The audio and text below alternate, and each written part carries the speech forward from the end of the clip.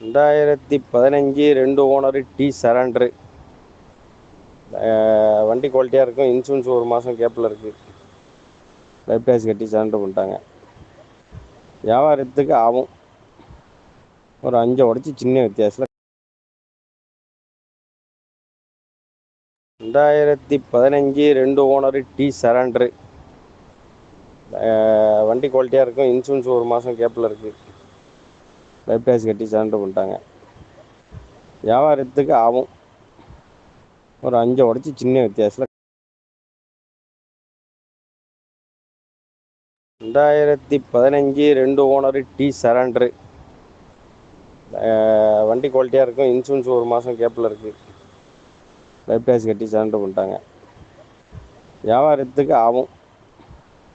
ஒரு 5 உடச்சி சின்ன வித்தியாசத்தில்